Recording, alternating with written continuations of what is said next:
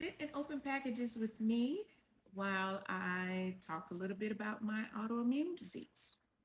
So I got packages in the mail today, and I walked over to the package room and got them, and it was hot outside, which is a problem for me because when I get hot, it causes my symptoms to flare,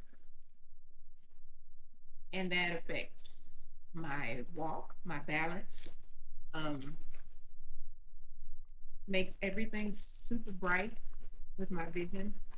My body has like a with the disease comes well, first of all, I have NMOSD, which is neuromyelitis optica spectrum disorder. It's pretty much where your immune system attacks the nerves in your brain and spinal cord. um, so that can also cause dysautonomia, which causes problem with like your brain regulating your body temperature. So I have problems with that. So even a hot shower, I have to take like a shower about an hour before. I have to give myself an hour to recover from a hot shower. That's how crazy this disease is. Um, but yeah, I was diagnosed in on actually on December 16th, 2025, after months of trying to find out what was wrong with me and my PCP.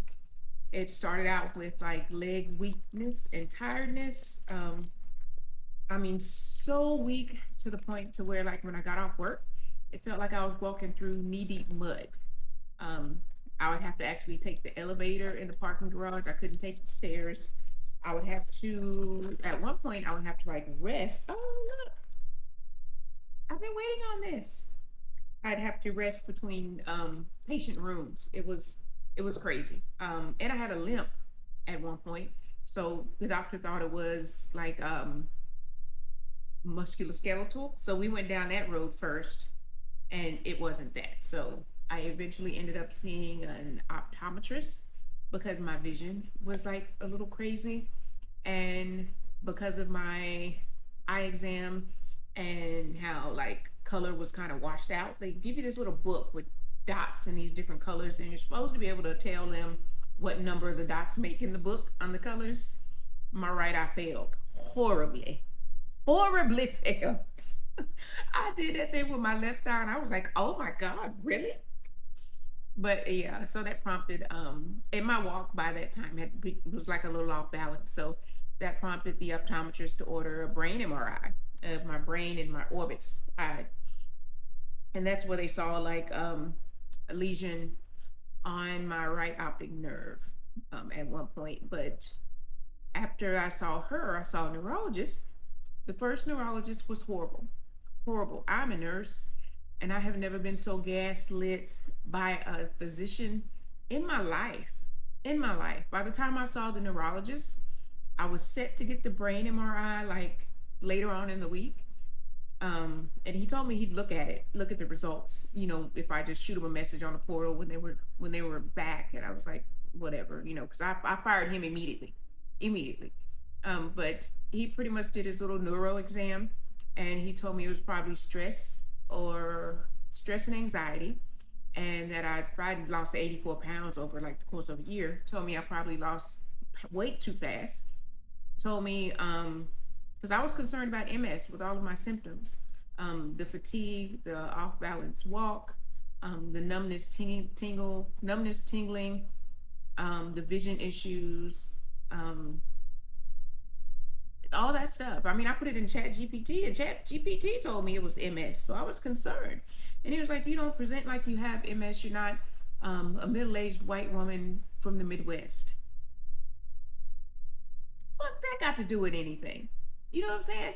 I don't understand why some doctors are even doctors if you're not going to try to find out what's wrong with somebody. Well, I need to breathe because that still pisses me off to this day.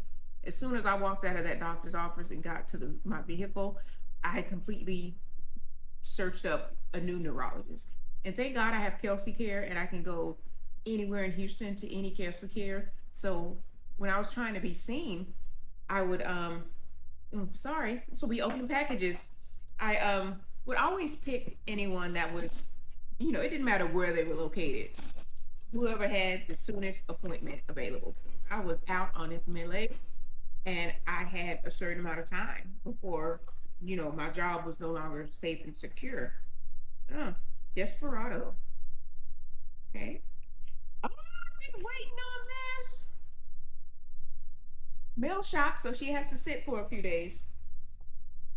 But yeah, I can't wait to smell. I've been waiting to buy that, waiting for the price to go down and buy that. Yes. But I would go anywhere in Houston. Whatever, whoever had the soonest appointment. I live in Spring, and I was all over in the medical center area. I was in Pearland. I was somewhere everywhere. But pretty much after that point, I got a new neurologist. I got a spinal tap. Oh, Coach Moonlight Dreams. Yeah, yeah. This is my fragrancenet.com order here. All right, this came quick. Um, I got a spinal tap, which wasn't as bad as I thought it was gonna be because I had an epidural when I was pregnant, when I was giving birth, and um, it was horrible. They poked at me like 9 times, so I was scared about this. But it was X-ray guided, so it was, oh my god, oh man. It was X-ray guided, so it was one stick and that's it. They didn't have to poke around or anything, which I was grateful for because I was super scared, super scared. But I got that done, and then the results from that and the brain MRI prompted the second neurologist, which was a lot better. His bedside manner wasn't the best, but he diagnosed me pretty quickly. I didn't feel like it was quick because I was in it. When you're in it and you're waiting day by day to find out what's going on, you don't feel like people are moving fast enough. I felt like nobody had any urgency for me. I felt like he didn't even have any urgency for me. But he also ended up ordering MRI of my pretty much my whole spine, and there were lesions. Which, when I say lesions, I mean nerve damage along my cervical spine and thoracic spine. So then he gave me the call with the diagnosis. Um, Tried to explain to me what it was kind of quickly on the phone, but pretty much sent me stuff in the portal to read. And then I Googled a bunch of stuff and I joined some groups, and that's that. I went through treatment. I got 5 rounds of plasmapheresis, which is where this little scar here comes from because I had a dialysis catheter central line here, pretty big. They pretty much remove like 70% of your blood and remove the plasma, which is where the antibodies are that's attacking you, and replace it with either plasma or albumin. I had albumin because you're less likely to have a reaction to that. And then after that, my neurologist did not want to do steroids. He was concerned about my immune system, but I felt myself regressing. So I went to the ER in the Woodlands Methodist, and the neurologist there, she was awesome. I wish there were more female physicians. She ordered I got 3 doses of IV steroids. You can only get one a day, so I was there for 3 days. And then I went home to recover on by mouth prednisone, high dose. I was able to just do the work in PT and with myself and with my balance and in the gym, and I was able to make it back to work. I was discharged from the hospital January 17th. I was able to make it back to work February 1st because I had gotten to the point to where I was on a rolling walker. I could barely get around. I was in the bed majority of the time because it was just so painful and hard to walk and move. Um, that's kind of where I am today, just cycling through the stages of grief because I am not who I used to be, and I'll never be that girl again with this autoimmune disease. So I just keep cycling back and forth. Oh, this bottle is beautiful. I can't make it out of the cycle. I can't get to acceptance.